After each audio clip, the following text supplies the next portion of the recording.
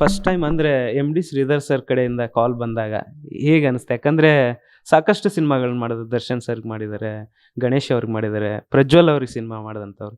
ಅವ್ರು ಸಿನಿಮಾ ಅಂತ ಅಂದ ತಕ್ಷಣ ನಿಮ್ಗೆ ಹೆಂಗೆ ಅನಿಸ್ತು? ಏನು? ನಾನು ಆಗ್ತಾನೆ ಪದವಿ ಪೂರ್ವ ಶೂಟಿಂಗ್ ಶುರು ಮಾಡಿದ್ದೆ ಅವಾಗ. ಸೊ ನನ್ನ ಮೊದಲನೇ ಫಿಲ್ಮ್. ನಂಗೆ ಇಷ್ಟು ಬೇಗ ಇಷ್ಟು ಒಳ್ಳೆ ಆಫರ್ ಬರುತ್ತಂತ ನಾನು ಅನ್ಕೊಂಡಿರ್ಲಿಲ್ಲ.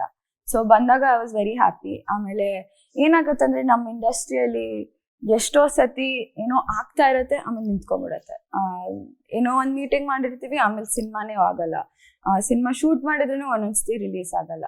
ಸೊ ಆ ಫೀಲಿಂಗ್ ಅಲ್ಲಿ ನಾನು ತುಂಬಾ ಎಕ್ಸೈಟೆಡ್ ಆಗ್ಲಿಲ್ಲ, ಬಿಕಾಸ್ ನಂಗೆ ಗೊತ್ತಿತ್ತು ಅಕಸ್ಮಾತ್ ಇದು ವರ್ಕೌಟ್ ಆಗದೆ ಹೋದ್ರೆ ನಾನು ತುಂಬಾ ಬೇಜಾರು ಮಾಡ್ಕೋಬಾರ್ದು ಅಂತ.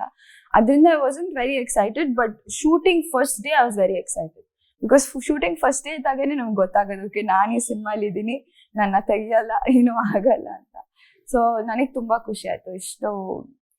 ಇಷ್ಟು ಪ್ರೆಸ್ಟೀಜಿಯಸ್ ಡೈರೆಕ್ಟರ್ ಜೊತೆ ಅವಕಾಶ ಸಿಕ್ಕಕ್ಕೆ ತುಂಬಾ ಕಷ್ಟ. ಅದು ಇಷ್ಟು ಅರ್ಲಿ ನನ್ನ ಕರಿಯರಲ್ಲಿ ಇಷ್ಟು ಅರ್ಲಿ ಆಗಿ ಸಿಕ್ಕೋದು ಇನ್ನೂ ಕಷ್ಟ. So I am very lucky and I am very happy.